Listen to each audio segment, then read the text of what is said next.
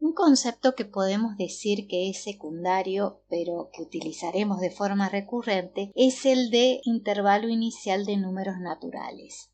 Dado un número natural n y un subconjunto de naturales al que denotamos por i sub n, decimos que este conjunto es el intervalo inicial de n si y solo si está conformado por todos los números naturales desde el 1 hasta el n inclusive. Por ejemplo, si n es igual a 3, el intervalo i sub 3 contiene a 1, 2 y 3. Ahora tomemos dos números naturales m y n y sus respectivos intervalos iniciales. También consideremos el producto cartesiano de estos dos conjuntos, el cual, recordemos, está formado por todos los pares ordenados ij, tales que i pertenece al intervalo i sub m y j al intervalo i sub n. Y finalmente un conjunto f no vacío. Con estos objetos preexistentes llamamos matriz de orden m por n con elementos en f a toda función a que tiene dominio en el producto cartesiano de los intervalos iniciales y como codominio a f. Respecto a las notaciones para el conjunto de matrices, se distinguen tres casos. Se utiliza la letra m mayúscula con el subíndice m por n, seguido del conjunto f entre paréntesis. En caso de considerar un dominio de integridad K, se puede denotar con la notación anterior o simplemente con K elevado a la potencia m por n. Y cuando no sea necesario precisar el codominio de la función a, podemos utilizar la notación abreviada a sub m por n.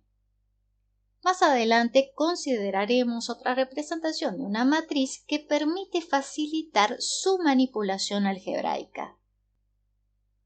Para un ejemplo de matriz, consideremos la función a con dominio en el producto cartesiano del intervalo i sub 2 por i sub 3 y con codominio en el conjunto de los números reales.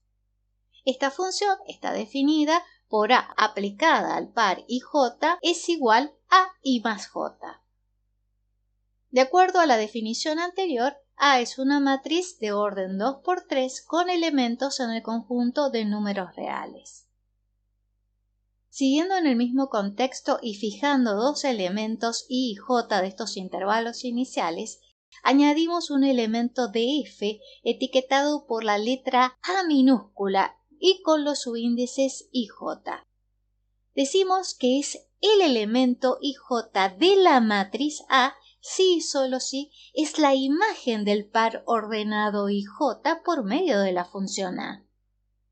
En el ejemplo anterior, hacemos los cálculos para cada par usando la fórmula de A y obtenemos todos los elementos de esta matriz, a los cuales identificamos con las etiquetas respectivas. En la manipulación algebraica y teórica de matrices, se recurren a las siguientes formas para escribirlas. Una de ellas es utilizar una tabla en la que se ubican las imágenes de cada uno de los elementos del dominio de la matriz.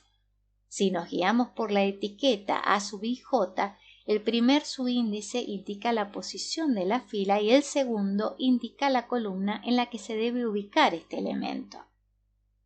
Otra representación consiste en identificar a la función a en forma abreviada, escribiendo a igual a la expresión a sub ij entre paréntesis con el subíndice m por n.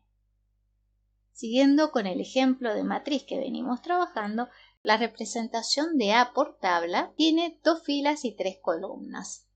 Y también tenemos esta forma de escribirla en vez de usar el esquema funcional y su fórmula de asignación. Cerramos la sección con una noción que ya venimos usando de manera intuitiva, que es el de orden o tamaño de una matriz. Dado un conjunto no vacío F y una matriz A con elementos en F, decimos que M por N es el orden de A si y solo si el dominio de la función A es exactamente el producto cartesiano del intervalo I sub M por I sub N. Esto se denota simplemente escribiendo M por N.